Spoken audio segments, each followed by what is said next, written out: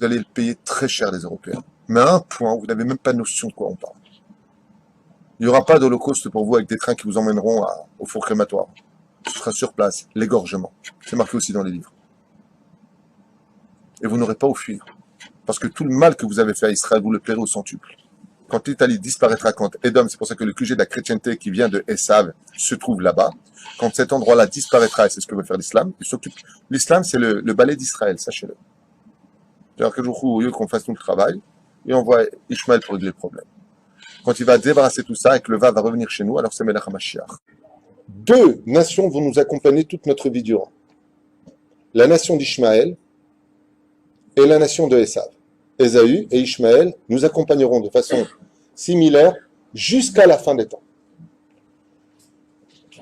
Vis-à-vis d'Ishmaël, Ishmaël c'est l'islam aujourd'hui, vous le savez, une religion qui représente Midat Hadin, la rigueur, l'intransigeance,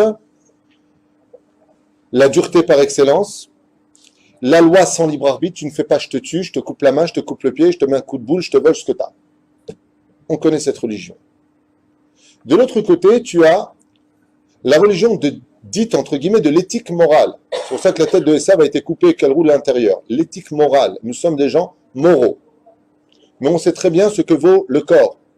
C'est pour cela qu'à la fin des temps, Esav perdra la face. Ça veut dire quoi? On lui coupe la tête.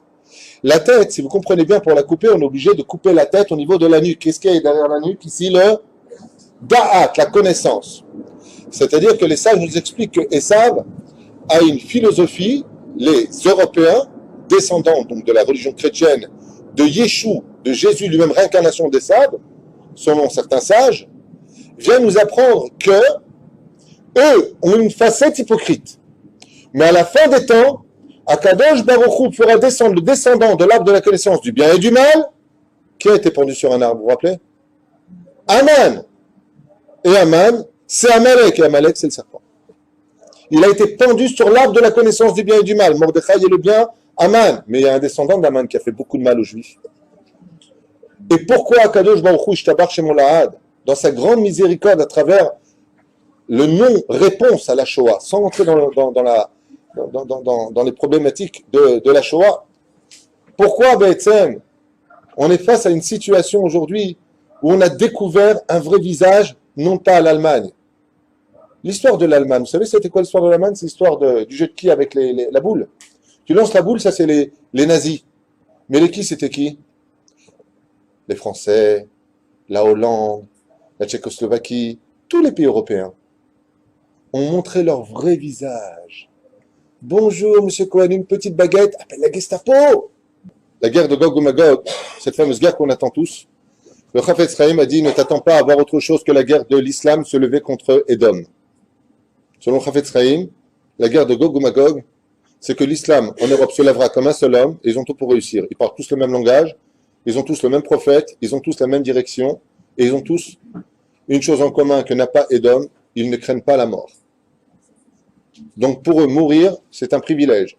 Par contre, Benoît, quand il a Nicolas et Vincent à la maison, il dit comment? C'est Noël bientôt, il faut que je vois Nicolas, tandis que les Arabes ils disent Ahmed, Youssouf, Aïjanouni, Rahmanhum. Allez prendre des pierres, allez les jeter. Tu te fais écraser, t'es mort pour Dieu, c'est Besséder, tu peux crever. Donc ils ont une arme quand même qui est dangereuse, celle de défier la mort. Ouais, normal, c'est une religion de mort.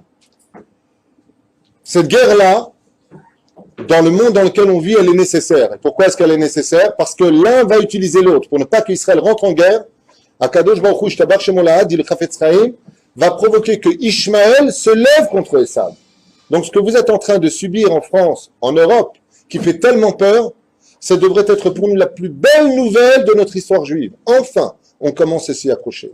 Enfin, on commence à réaliser ce que les sages nous avaient prescrit avant. Ce que je vous ai dit tout à l'heure, c'est marqué dans Sanhedrin. Le Mashiach viendra que quand Édom, l'Europe, la chrétienté sera totalement tombée. Donc je vous pose la question, c'est une bonne nouvelle que l'islam envahisse l'Europe? C'est une excellente nouvelle, ça annonce l'envie de Mashiach. Excellente nouvelle. Et que se passe-t-il quand il viendra? La paix régnera enfin dans le monde, les nations déposeront les armes et serviront le peuple d'Israël. Bezrat Hashem. Heureux celui, Bezrat Hashem, qui vivra en Israël.